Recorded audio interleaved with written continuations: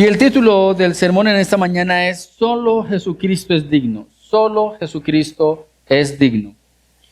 Y como lo he mencionado anteriormente, este es el tercer sermón de la serie que he titulado Solo el Cordero es digno.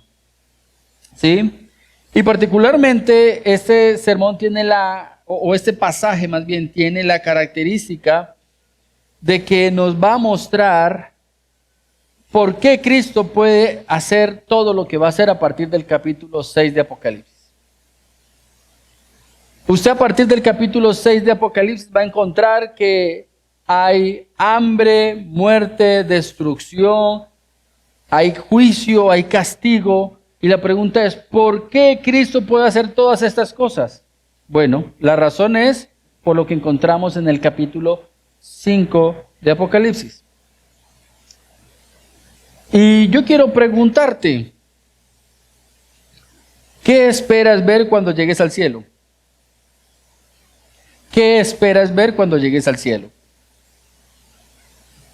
Y obviamente podrían ser muchas las respuestas. Una respuesta distinta nos las puede dar las personas que están afuera, que no conocen del Señor. Otras, la que nosotros podemos dar. He escuchado que muchos creyentes dentro incluso de la iglesia tienen una imagen formada acerca de qué pueden encontrar en el cielo. Calles de oro, seres queridos, descanso eterno, paz, tal vez música como en ningún otro lugar. De pronto más terrenales y encontraremos nubes. Y en algún lugar de pronto alguien dirá, bueno, me voy a encontrar con Jesús. ¿Y cómo lo imaginamos? Bueno, muchas veces lo imaginamos accesible, cercano, sonriente. El Jesús que conocemos en los cuadros, manso, tierno, con sus brazos abiertos. Y tú estás ahí preguntándote, ¿qué espero ver cuando llegue al cielo? Y no está mal ver eso, no está mal querer eso que acabamos de mencionar. Pero cuando usted va a las Escrituras y de manera particular al libro de Apocalipsis, nos encontramos con una anticipación de lo que te vas a encontrar cuando llegues al cielo. Y Juan, que era el discípulo amado, el que recostó su cabeza en el pecho de Jesús en la última cena, el que lo conocía de cerca, el que caminó con él, el que escuchó su voz. Cuando Juan llega al cielo, contempla a Cristo en toda su gloria y ese Cristo no le está sonriendo. Ese Cristo no corre a abrazarlo. Juan, cuando ve la gloria de Cristo, cae como muerto. Lo que Juan ve en el cielo no contradice al Jesús que conoció en la tierra. No lo contradice, pero lo desborda completamente.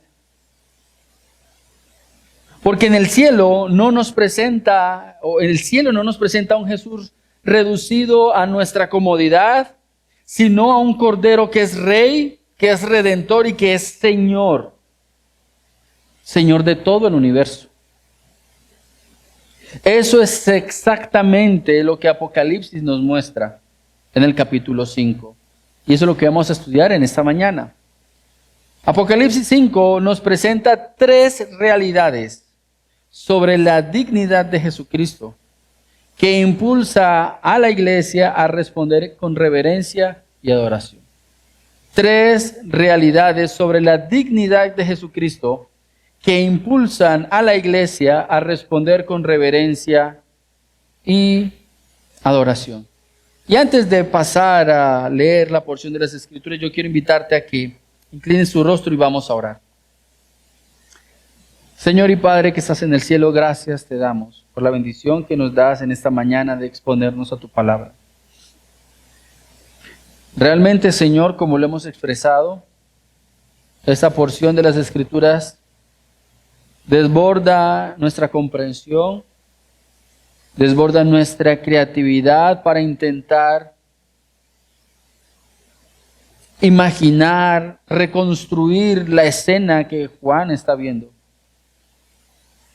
Pero a su vez, Señor, cada palabra y cada detalle nos anticipan la gloria del cielo, la gloria de aquel que está sentado en el trono y la gloria del Cordero, a quien todo el mundo rendirá adoración, ante quien todo el mundo se postrará y confesará que Jesucristo es Señor. Ayúdanos, Señor, a tener un corazón abierto para escuchar tu palabra y para responder de manera apropiada a estas verdades. En el nombre de Cristo Jesús. Amén.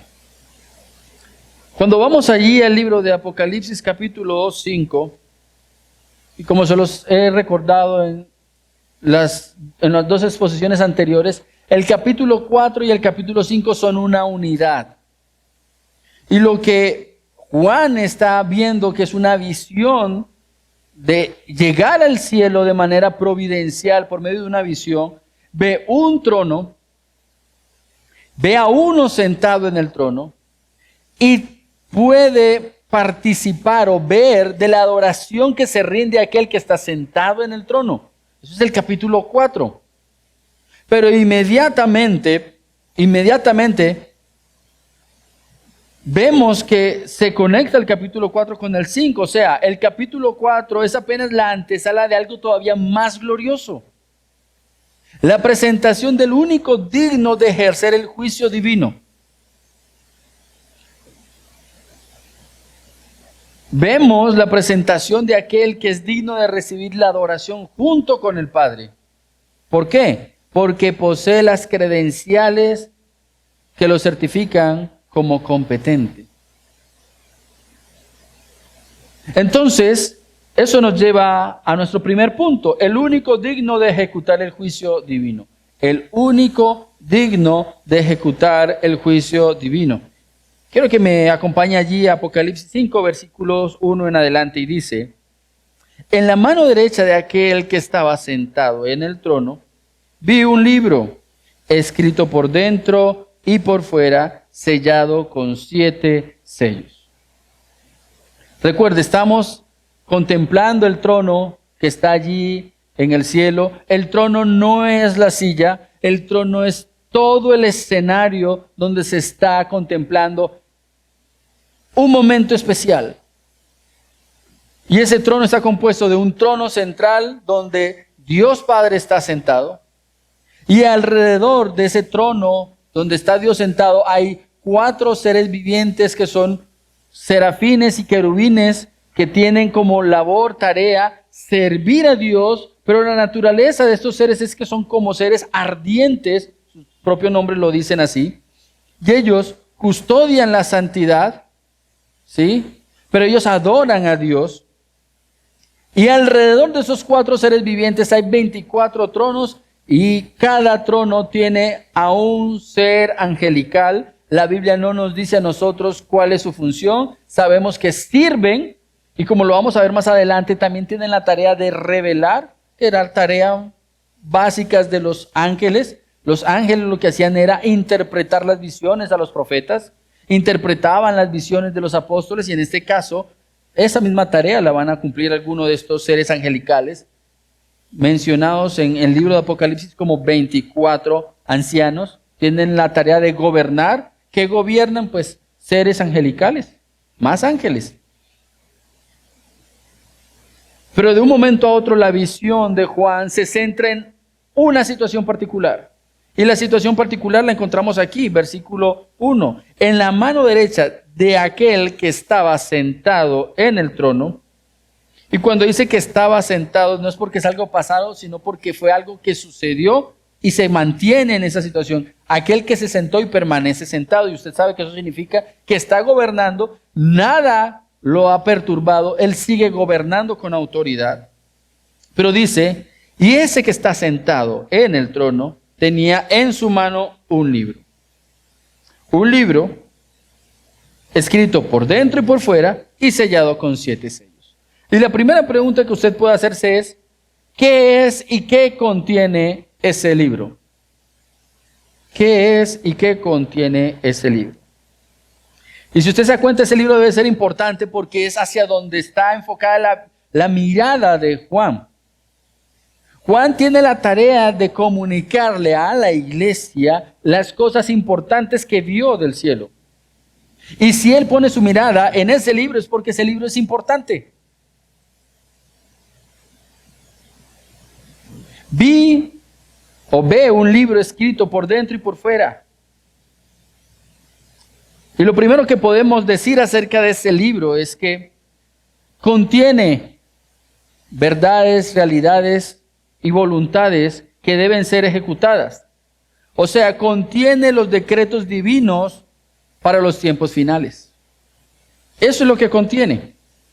El libro que está en la mano de Dios no es un simple título de propiedad. Algunos predicadores han dicho, no es el título de propiedad de la tierra o de la creación. Yo creo que es más que eso. ¿Por qué? Porque ese libro, cuando empieza a ser abierto, empieza a ejecutar juicios.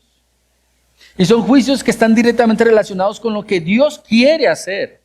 Por lo tanto, este libro contiene los decretos divinos que describen y ejecutan los acontecimientos finales.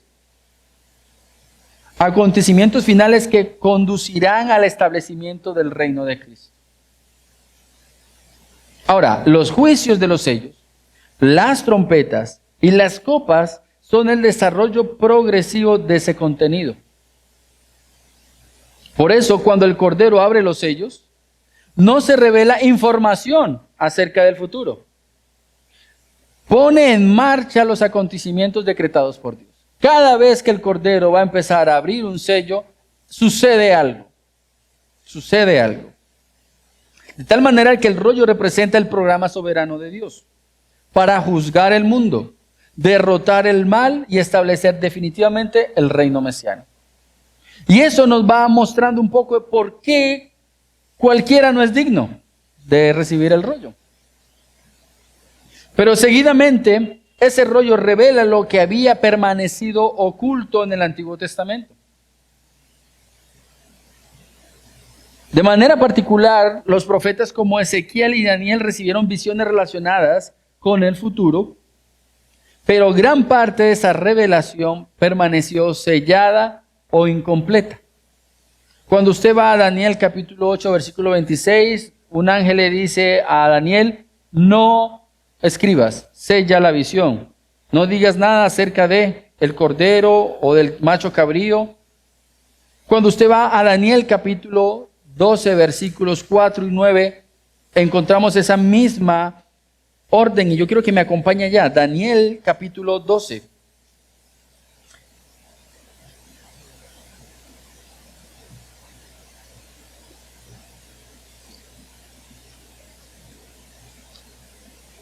En Daniel capítulo 12, versículo 4 dice así. Pero tú, Daniel, guarda en secreto estas palabras y sella el libro hasta el tiempo del fin.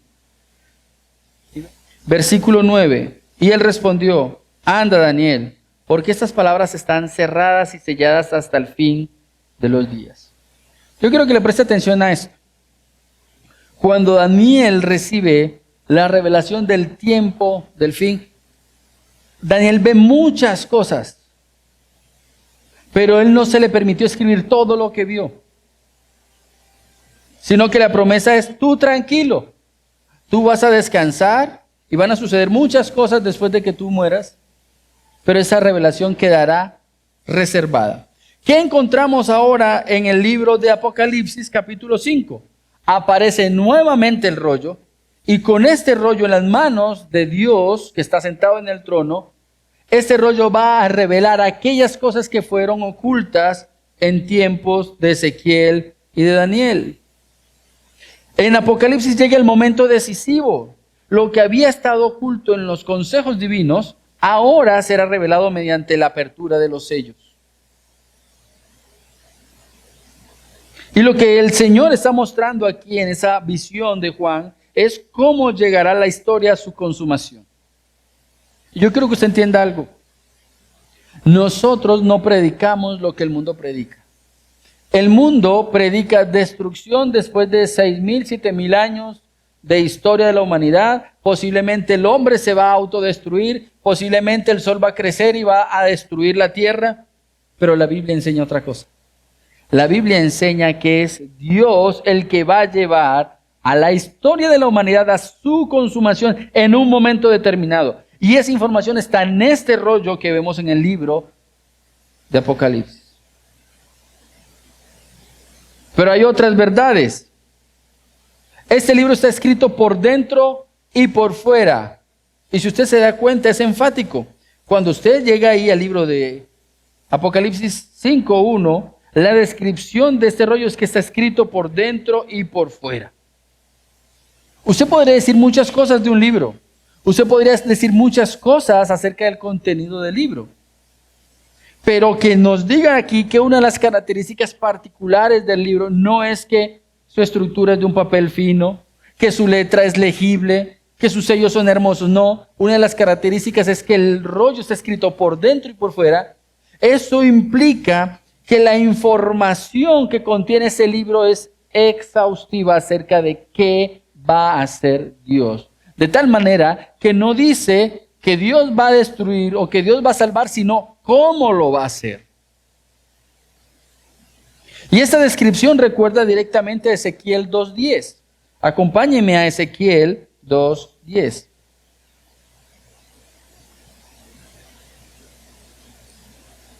En Ezequiel capítulo 2, versículo 10, encontramos algo similar. Dice la porción. Voy a leer desde el versículo 9. Entonces miré que una mano estaba extendida hacia mí y en ella había un libro. Ezequiel ve un libro. Y dice el versículo 10, Él lo desenrolló delante de mí y estaba escrito por delante y por detrás. Y en él estaban escritas lamentaciones, gemidos y ayes. Y yo no sé si usted ha leído Apocalipsis capítulo 6 en adelante, pero lo que usted va a encontrar son lamentaciones, gemidos y ayes. Hay descripción en este rollo acerca del plan que Dios va a ejecutar. La imagen comunica que el decreto contenido en el rollo son completos, exhaustivos y suficientes. Nada falta. Nada necesita añadirse. No habrá una revelación posterior que complete o corrija lo que Dios ha determinado. Y yo no sé si usted quiere tener claridad acerca del futuro, pero si usted lo quiere hacer, vaya y lea el libro de Apocalipsis. Y va a entender quién está sentado en el trono, quién gobierna hoy por hoy el mundo entero y hacia dónde va el final de los tiempos de la era de la humanidad. Todo comienza con Cristo y termina con Cristo. Todo comienza con Cristo y termina con Cristo. Pero la siguiente descripción de este rollo es que, adicional a la que tiene escrito por dentro y por fuera, tiene también 7 sellos que enfatizan el carácter de lo secreto, lo seguro, lo inviolable de los decretos divinos. Lo inviolable de los decretos divinos. Ese rollo está sellado. Y esto nos muestra una imagen que comunica tanto ocultamiento como seguridad.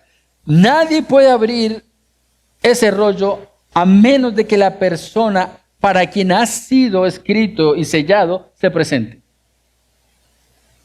El contenido existe, está determinado por Dios. Precisamente ese rollo significa que Dios tiene una voluntad y la va a hacer cumplir.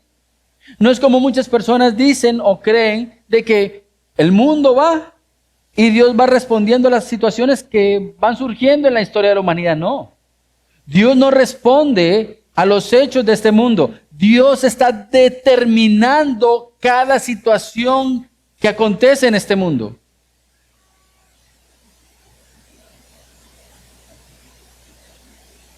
Pero ese contenido particular, donde Dios va a juzgar las naciones, donde Dios va a juzgar el pecado, donde Dios va a juzgar a los hombres y a los ángeles, permanece inaccesible hasta que aparezca la persona digna de abrirla.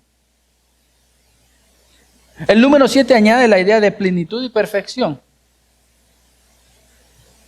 Ahora, ninguna criatura puede acceder a estos misterios ni ejecutarlos.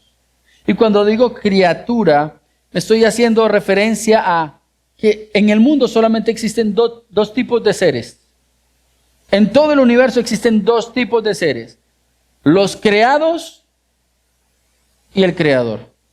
Y el único digno de acceder a este rollo es aquel que tenga la característica y el atributo de creador.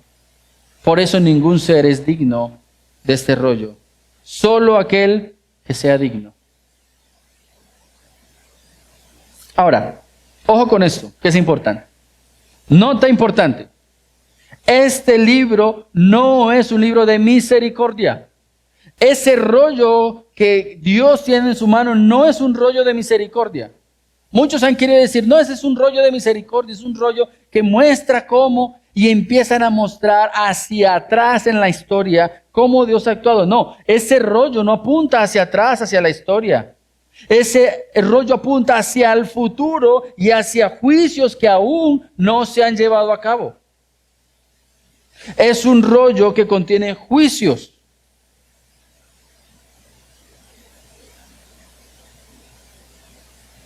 Pero cuando usted sigue, versículo 2, leyendo conmigo allí, dice, vi también a un ángel poderoso que anunciaba a gran voz, ¿quién es digno de abrir el libro y de desatar sus sellos?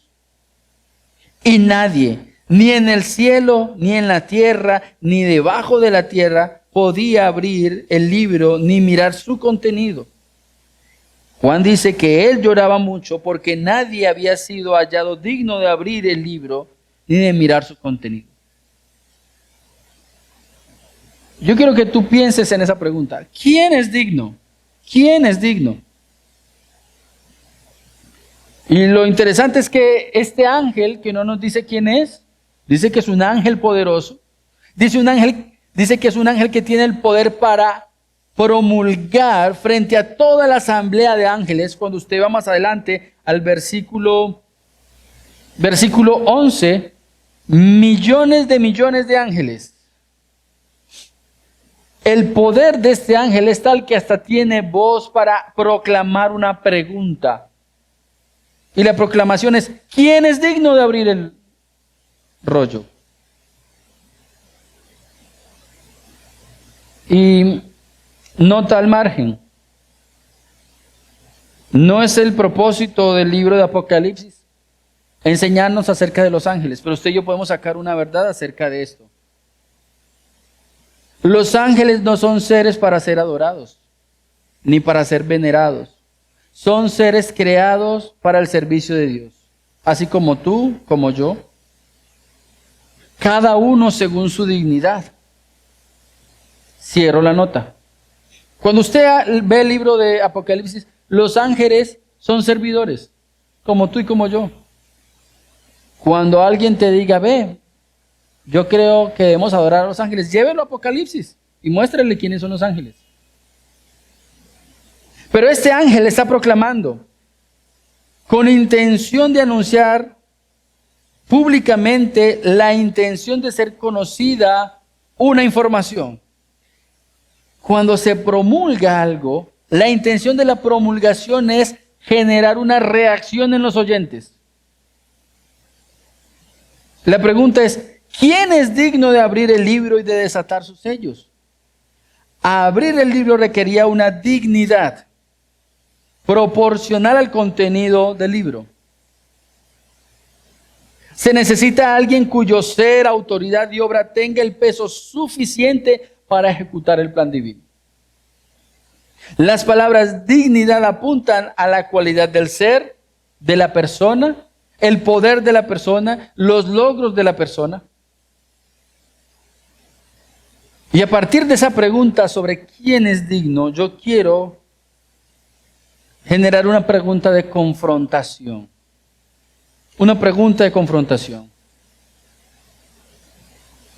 Si abrir el libro requiere una dignidad proporcional a su contenido, esta escena nos confronta con nuestra propia indignidad. Ninguna criatura fue hallada digna de tomar el libro, ni de abrir sus sellos, ni siquiera de mirarlo. Ya sabemos que el libro de Apocalipsis, el rollo de Apocalipsis, está totalmente fuera de nuestro alcance en cuanto a nuestra dignidad. Eso es una evidencia que encontramos aquí. Pero quiero que pensemos en algo más cercano. Algo más cercano. ¿Con cuánta reverencia deberíamos acercarnos a las Escrituras que Dios sí ha puesto en nuestras manos? Tú en tu mano en esta mañana tienes algo que llamamos la Biblia. Y enseñamos que es palabra de Dios, que contiene la voluntad de Dios, que contiene los planes de Dios. Y yo te pregunto a ti, ¿qué tan digno te consideras tener ese libro en tus manos?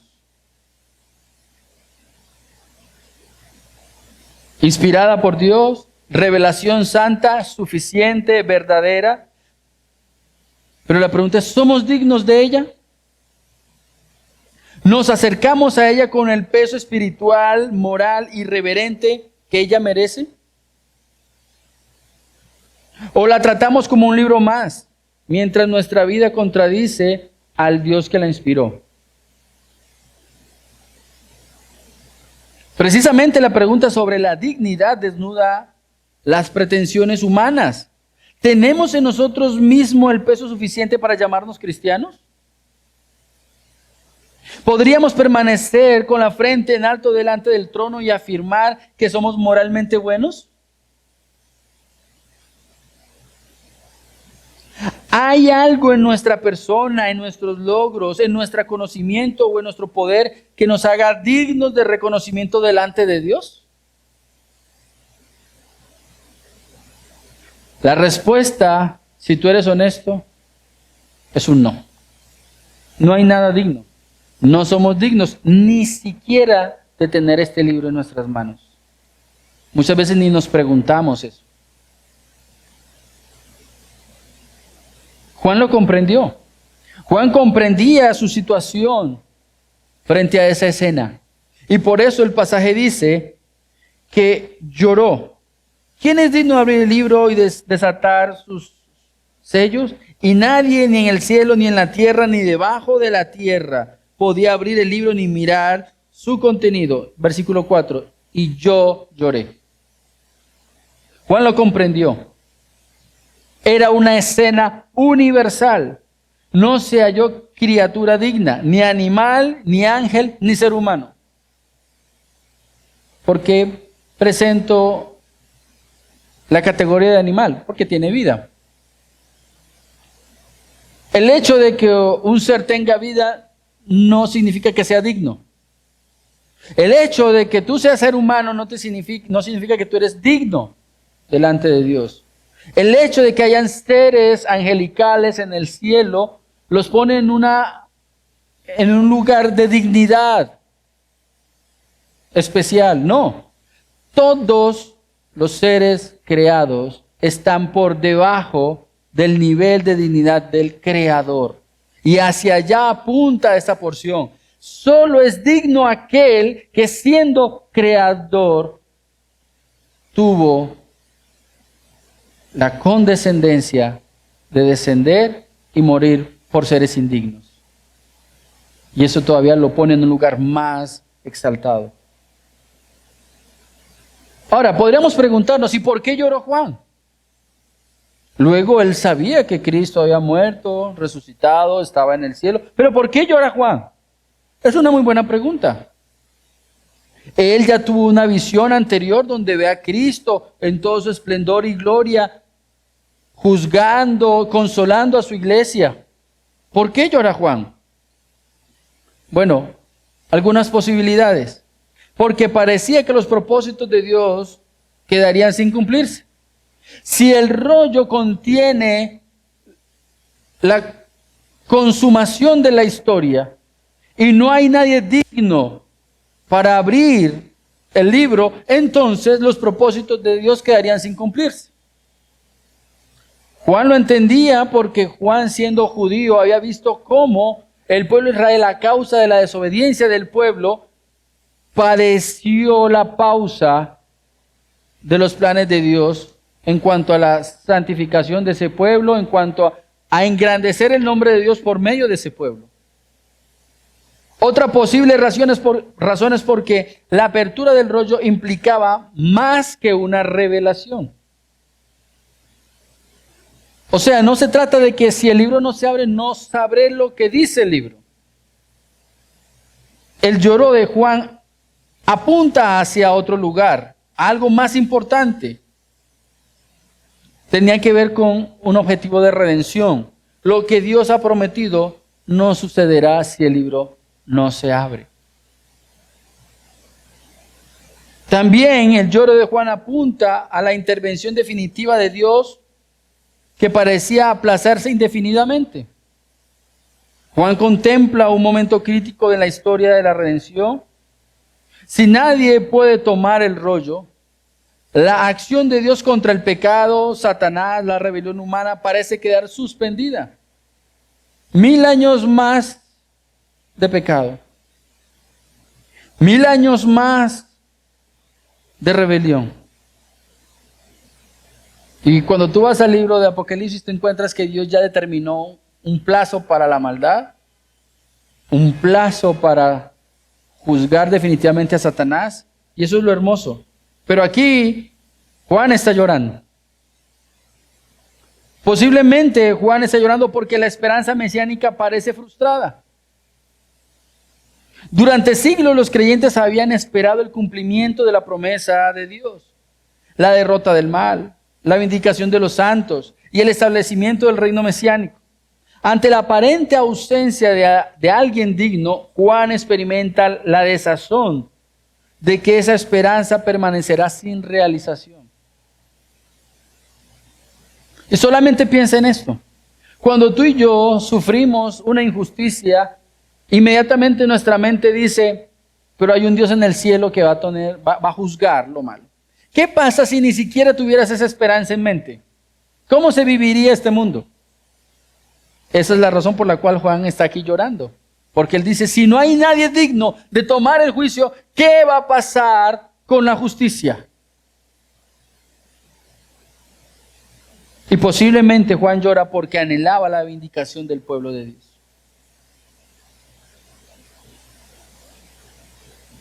Pero cuando ustedes van al versículo 5, vemos cómo Juan recupera la esperanza. Entonces, uno de los ancianos me dijo, no llores, no llores. Uno en medio de los 24 ancianos le dice a Juan, literalmente, deja de llorar. Como quien dice, no hay razón para que llores. Es que no estás viendo la escena completa. Es que no estás teniendo el panorama completo en tu mente. Deja de llorar. Deja de llorar. El mensajero angelical ve más allá de la limitación y de la limitada perspectiva humana que Juan tiene. Y le dice, ¿sabes qué? Es inapropiada la actitud que tienes. Y mis queridos hermanos, eso debería llamar nuestra atención. Porque tú y yo muchas veces vemos el mundo y vemos las situaciones y actuamos como Juan. Como si no hubiese esperanza. Como si Cristo no reinara. Como si Dios no estuviera sentado en su trono.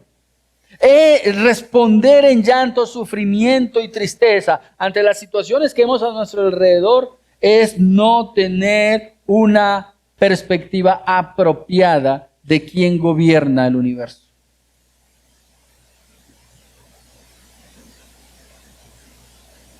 ¿Por qué es que Juan no debe llorar? Bueno, porque hay alguien que cumple con las credenciales para recibir el rollo. Hay alguien que cumple las credenciales para recibir el rollo.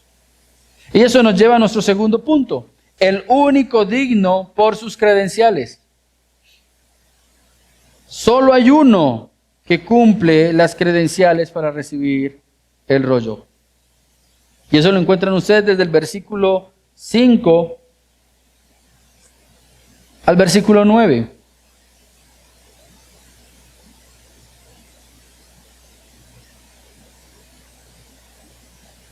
Y dice el pasaje, no llores, versículo 5. Mira, el león de la tribu de Judá, la raíz de David, ha vencido para abrir el libro y sus 7 sellos. Y allí encontramos las credenciales mesiánicas. O sea, Jesucristo es el Mesías que había sido prometido. Cuando ustedes encuentran en la Biblia que hace referencia al león de la tribu de Judá, eso hace parte de la porción de la profecía dada a la tribu de Judá por medio de Jacob. En Génesis capítulo 49, versículos 9 y 10, la profecía dada allí es que de Judá saldrá un rey que reinará para siempre. Y a eso apunta la idea de el león de la tribu de Judá. Aquel que es el león de la tribu de Judá puede recibir el rollo. Pero después dice, la raíz de David. Y la raíz de David ustedes la van a encontrar en los textos del Antiguo Testamento a la luz de los profetas, como por ejemplo Isaías capítulo 11, versículo 1 y versículo 10. Y en Jeremías capítulo 23, versículo 5, siempre se habla de la raíz de David como aquel descendiente de David que iba a ser rey para siempre. Y rey para siempre es eso, rey para siempre. Alguien que será rey eternamente. Jesús es el heredero legítimo del trono de David. Cuando usted va a los evangelios de Lucas y de Mateo, hay una genealogía que muestra cómo Jesús es descendiente directo por parte y parte, por padre y madre de David. O sea, es rey legítimo. Y ese rey legítimo que nace, se presenta como el Mesías, muere como el Mesías, resucita como Mesías y vive para siempre. Y en Apocalipsis capítulo 5 se nos presenta ahora como aquel que ha de recibir la gloria y la adoración como rey. Por lo tanto, en Cristo encontramos unas credenciales que lo presentan como el Mesías prometido. Pero adicionalmente, versículo 6 dice, miré y vi entre el trono con los 4 seres vivientes y los ancianos a un cordero de pie como inmolado que tenía 7 cuernos y 7 ojos. Y si usted me acompaña al versículo 9 dice, y cantaban un cántico nuevo diciendo, digno eres de tomar el libro y de abrir sus sellos, porque tú fuiste inmolado y con tu sangre compraste para Dios a gente de toda tribu, lengua, pueblo y nación. Y aquí encontramos la segunda credencial. Y es porque es el Redentor victorioso. Tiene las credenciales de Salvador. Tiene las credenciales de Redentor. Y presten mucha atención porque eso es hermoso. Juan espera ver un león. Juan espera ver a alguien en medio del trono que es fuerte, que se presenta imponente. Y mira lo que ve. Cuando Juan espera ver un león, ve a un cordero.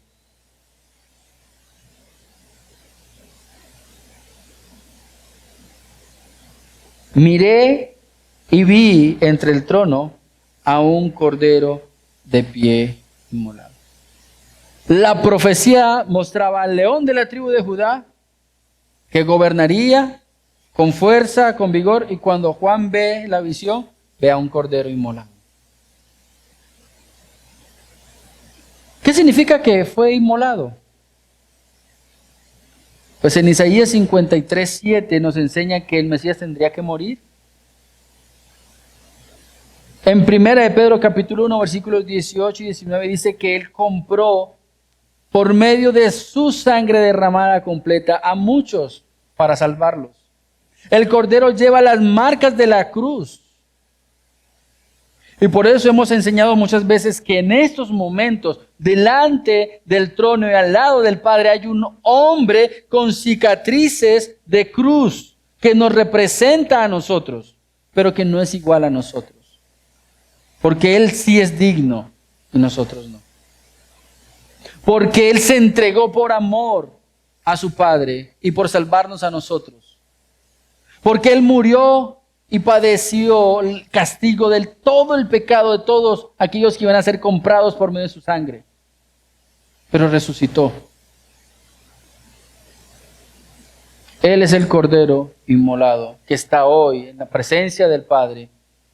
Un hombre, pero quien es Dios también.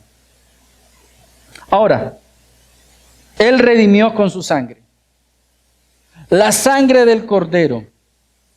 Un Cordero que tenía que ser perfecto.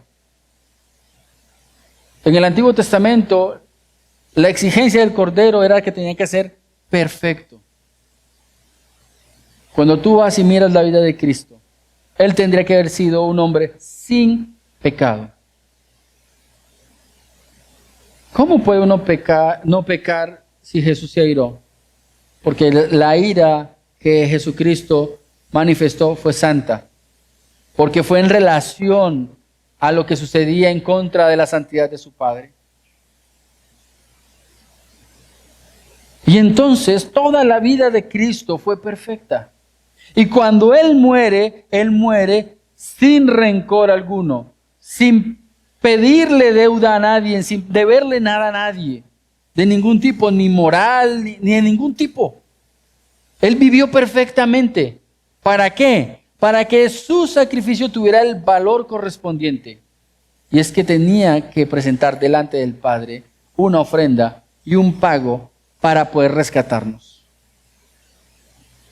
Por eso el libro de Hebreos dice, si acaso alguno pudiera morir por sí mismo, el valor de la muerte de alguien alcanzaría para uno solo, para sí mismo. Pero ¿qué diremos de aquel que murió para rescatar a muchos? Y eso fue lo que hizo Jesús. Murió para rescatar a muchos. Pagó el precio que nosotros no podíamos pagar, Hebreos 9:12. Por eso Él nos liberó con su sangre. Pero también dice que formó un pueblo para Dios. Cuando usted vaya al pasaje de Apocalipsis capítulo 5, en la adoración que presentan en el cielo al Cordero, dice, digno eres de tomar el libro y de abrir sus sellos, porque tú fuiste inmolado y con tu sangre compraste para Dios a gente de toda tribu, lengua, pueblo y nación. Y mira lo que dice, versículo 10, y los has hecho un reino. No dice que nos ha hecho reyes, no, nos ha hecho un reino, donde hay un rey. El rey es Cristo. Y todo lo que está bajo su dominio es su reino. Todos aquellos que decimos ser seguidores de Cristo, que amamos a Cristo, pertenecemos a su dominio. Somos parte de su reino, pero también dice, y nos ha hecho sacerdotes. Aquellos que viven para servir a su Señor. Aquellos que viven para adorar a su Señor. Rescató personas de toda tribu. Cristo es digno porque hizo lo que nadie más podía hacer: reconciliar a pecadores con Dios.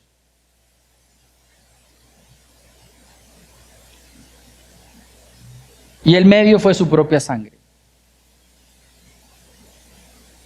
Pero tenemos una tercera credencial.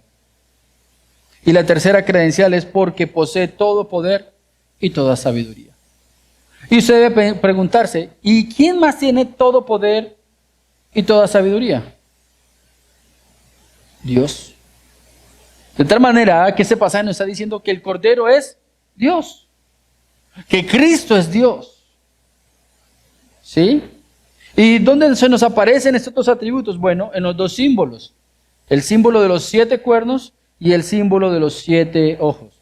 Los cuernos en el Antiguo Testamento, por ejemplo, en Deuteronomio 33:17, representan poder. El Salmo 18:2 habla de cuernos que representan poder. En Daniel capítulo 7, versículo 24 se nos presentan cuernos. Y esos cuernos representan poder. Por lo tanto, la idea de 7 cuernos hace alusión a un poder perfecto, infinito, soberano. Pero adicionalmente, dice que tiene 7 cuernos y 7 ojos. Los ojos tienen que ver con conocimiento. Y que sean 7 significa que es un conocimiento perfecto. Ahora, el conocimiento perfecto no es tener información apropiada. El conocimiento perfecto apunta a una sabiduría sin igual. ¿Quién más puede ser perfectamente sabio sino Dios? Cristo, quien es Dios. Por lo tanto, el Cordero no solo tiene derecho para gobernar, también tiene la capacidad perfecta para hacerlo. Nada es demasiado difícil para Él y nada está oculto delante de Él. Y seguidamente usted se da cuenta que en el momento en que aparece aquel que es el único digno de recibir el rollo, inmediatamente la escena nos lleva a un contexto de adoración. Adoración. Digno eres, versículo 9, de tomar el libro y de abrir sus sellos. Y cuando usted mira esa situación, mi querido hermano, tú y yo deberíamos preguntarnos si realmente tenemos una perspectiva apropiada de quién es Cristo. ¿Quién es Cristo? Porque si tú miras versículos 8 al 10, los ancianos adoran a Cristo. Versículos 11 y 12, los ángeles adoran a Cristo. Y versículos 13 y 14, que lo vamos a ver al final, toda la creación tiene que adorar a Cristo. El Cordero recibe la misma adoración que recibe aquel que está sentado en el trono. Lo que el cielo reconoce hoy, toda la creación lo reconocerá finalmente. Y es que Cristo es el Señor. Y la pregunta es si tú estás adorando a Cristo como Él se lo merece. Entonces, ¿por qué el Cordero es digno? Bueno, porque es el Mesías prometido, porque es el Redentor victorioso, porque posee todo el poder y toda la sabiduría, y porque recibe la adoración que corresponde a Dios. Por eso, cuando el cielo busca a alguien capaz de abrir el rollo y llevar la historia a su consumación, solo una persona cumple los requisitos. El Cordero. Solo el Cordero. Ahora, después de presentar las credenciales del Cordero, Juan ya no tiene dudas acerca de quién es digno. Ya no hay dudas. La pregunta ya no es quién es digno, sino cómo debe responder el universo ante el único digno. Y la respuesta es inmediata. El cielo entero está ya en adoración. Y eso es lo que nos lleva a nuestro tercer punto en esta mañana. El único digno de recibir adoración junto con el Padre. El único digno de recibir adoración junto con el Padre.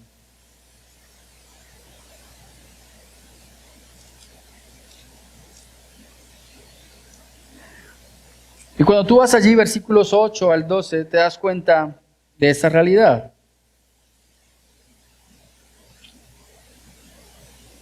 Cuando el Cordero toma el libro, los 4 seres vivientes y los 24 ancianos se postran delante del Cordero. Cada uno tenía una arpa y copas de oro llenas de incienso. Y cantaban, digno eres de tomar el libro y de abrir sus sellos. Versículo 11.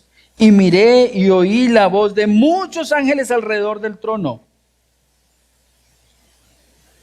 Y los seres vivientes y los ancianos. Y el número de ellos eran miríadas de miríadas y millares de millares, que decían a gran voz, el Cordero que fue inmolado es digno de recibir el poder, las riquezas, la sabiduría, la fortaleza, el honor, la gloria y la alabanza. O sea, todo. No se trata de una adoración superficial ni sentimental. Es una adoración fundamentada en la obra objetiva de Cristo. Cuando tú y yo celebramos diciembre, Navidad, deberías comprender lo que sucedió en la historia de la Navidad. Cuando tú y yo celebramos Semana Santa, deberíamos comprender lo que significa la muerte y resurrección de Jesucristo.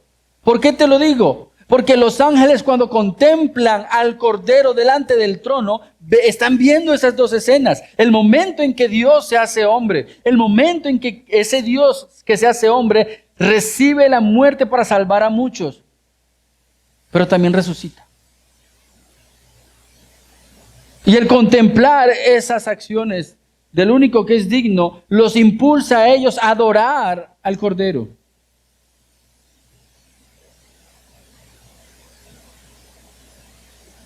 Y esta adoración debería confrontarnos. Escucha lo siguiente. Los ángeles nunca fueron redimidos. Cuando Satanás y sus seguidores se rebelan, ellos de una vez son separados y los ángeles rebeldes quedan a un lado y los ángeles santos quedan a otro lado y son reservados y preservados por la gracia de Dios. Los ángeles que cayeron, que perdieron su dignidad, que se rebelaron contra Dios, no tuvieron oportunidad de arrepentimiento. Inmediatamente fueron, muchos de ellos de una vez, separados para el día del juicio. Segunda de Pedro capítulo 2, versículo 4 y Judas 6. Cristo no vino a salvar ángeles. Hebreos 2:16 dice, porque ciertamente no socorrió a los ángeles, sino que socorrió a la descendencia de Abraham. Jesús no derramó su sangre por los ángeles, no cargó sus pecados, no ocupó su lugar bajo la ira divina. Y sin embargo, ellos adoran con toda la intensidad de su ser. Ellos contemplan lo que Cristo hizo por ti y por mí, y ellos estallan en adoración, en júbilo, en palabras de gloria, de honra.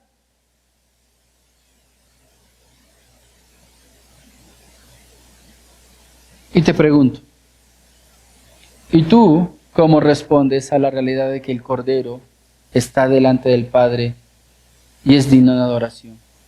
Porque murió por tus pecados y por mi pecado. Si los ángeles adoran al Cordero por una salvación que contemplan desde lejos, desde fuera de sí, ¿cuánto más deberíamos adorar nosotros como iglesia al Cordero que derramó su sangre para salvarnos? ¿Cuánto más?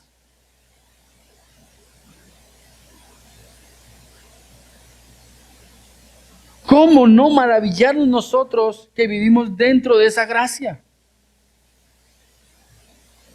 La adoración de los ángeles debería confrontar nuestra indiferencia.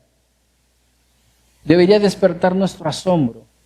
Y recuerda lo siguiente, no hay la más mínima posibilidad de que tú y yo adoremos y alabemos a Dios a menos de que no seamos asombrados por la obra de Cristo. Si tú no sientes admiración y no te asombras al ver quién es Cristo, nunca lo vas a adorar. Nunca lo vas a alabar. Porque de eso se trata. La adoración tiene que ver con reconocer quién es Cristo. La alabanza tiene que ver con reconocer su obra. ¿Tú lo alabas? ¿Tú lo adoras? ¿Tú reconoces lo que Él ha hecho en la cruz? ¿Para ti es valiosa la sangre de Cristo? Eso debería confrontarnos. Porque nosotros vivimos como solamente contemplando un hecho. No como si esa realidad nos alcanzara hasta el punto de llevarnos a la presencia misma de Cristo, porque Él nos ha salvado. Mis hermanos, como lo decíamos ahorita en la escuela dominical, el Evangelio no es un dato, es una realidad que se vive. Y desde Apocalipsis capítulo 5 se vive en adoración, en gratitud, en palabras que glorifican a Cristo. Esta realidad nos debe invitar a adorar a Cristo.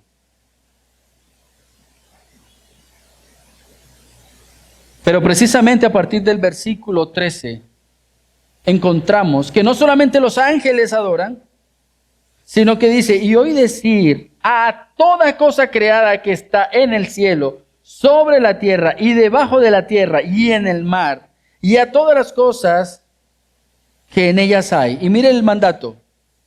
Al que está sentado en el trono y al Cordero sea la alabanza y la honra, la gloria y el dominio por los siglos de los siglos. Es un mandato. Toda la creación debe adorar al que está sentado en el trono y al Cordero. ¿Con quién es que el Padre comparte su gloria? Solamente con el Hijo. Solamente con el Hijo.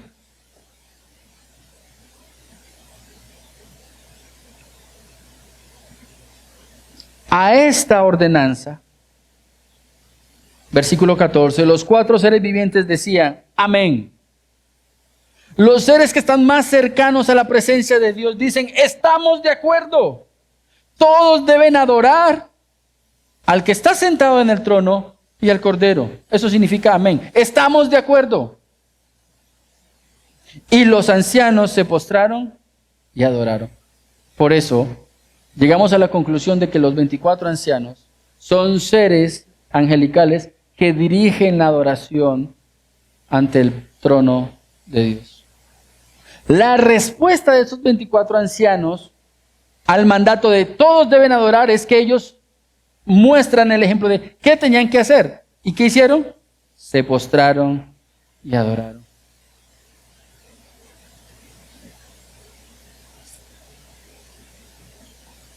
Lo que Isaías vio anticipadamente en Isaías capítulo 45, versículo 23, y lo que Pablo anunció, que toda rodilla se dobla y que toda lengua confiese que Jesucristo es el Señor, el texto que leímos ahorita en el intermedio, aparece aquí como una realidad consumada.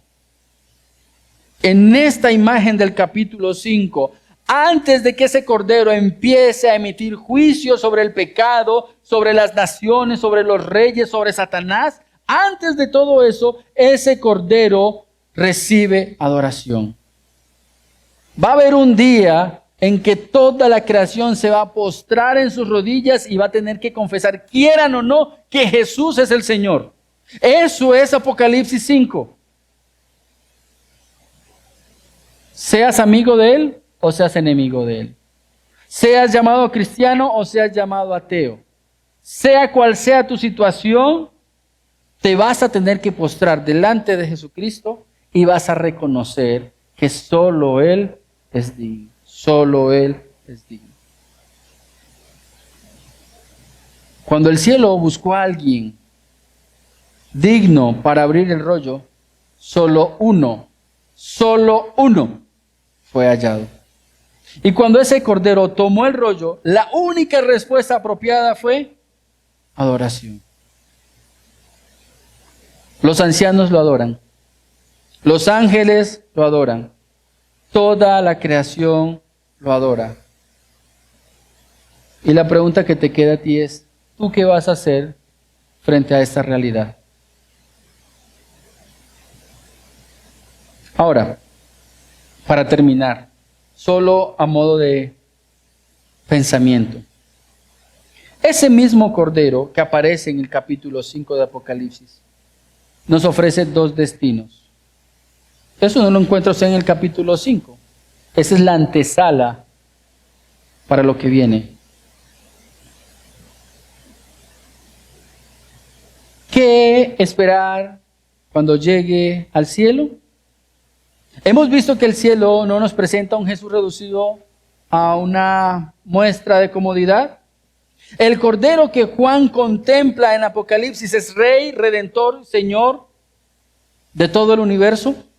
Y precisamente porque es todo esto, Apocalipsis nos revela algo que necesitamos escuchar con cuidado. El mismo Cordero es Salvador para unos y juez para otros. El mismo Cordero. El mismo. El Cordero contra los injustos, aquel que tiene autoridad, ejecutor, es airado, testigo, vencedor y guerrero, lo van a ustedes ver continuamente a partir del capítulo 6, una y otra vez. El mismo Cordero. Y la mansedumbre del Cordero no queda anulada por su justicia. Los que ignoraron su gracia enfrentarán su ira. Esa misma ira que es santa, justa, es verdadera. Pero para los redimidos, ese Cordero va a presentar todo su favor. Para quienes lo recibieron, el panorama es completamente distinto.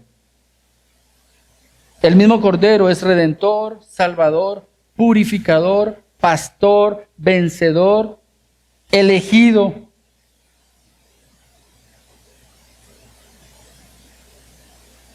Entonces, ¿qué esperas ver cuando llegues al cielo? Y la respuesta depende de algo más urgente que la imaginación. ¿Quién es el Cordero para ti? En esos momentos, ¿quién es el Cordero delante de ti? A los que lo recibieron, es su Salvador. Para aquellos que todavía tienen una resistencia a su señorío, pues se van a tener que enfrentar contra Él y van a perder, y van a perder. La diferencia no la hará la religión, ni la tradición, ni la familia. Lo hará una sola cosa, lo que usted haya hecho con el Cordero.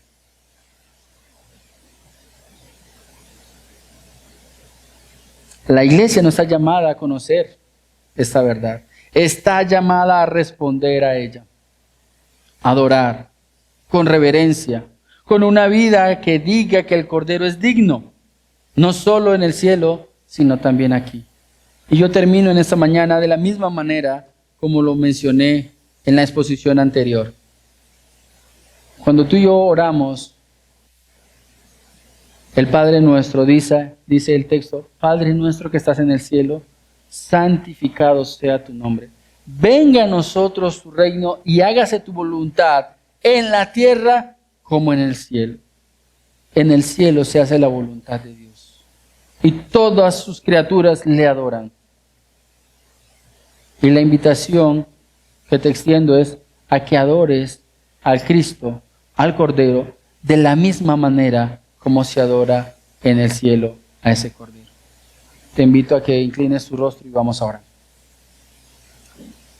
Señor, gracias te damos en esta mañana por esta revelación maravillosa que has dejado en tu palabra.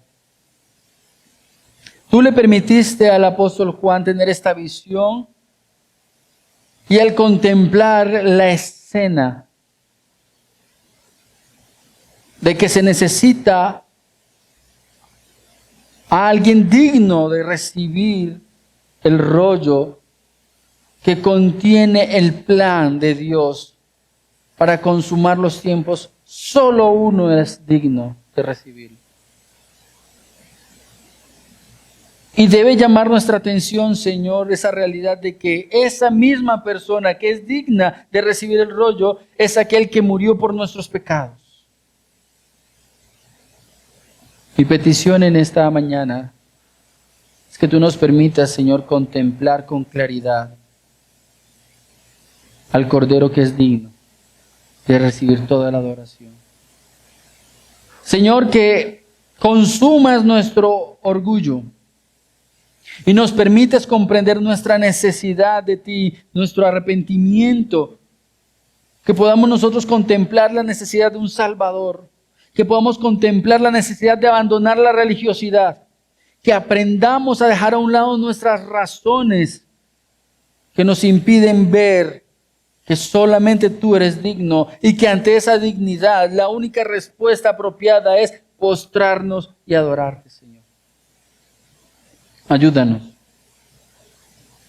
Ayúdanos a responder con humildad ante esta verdad, ya que podamos elevar en respuesta a esa realidad un cántico, Señor, que exalte tu nombre. En el nombre de Cristo Jesús. Amén.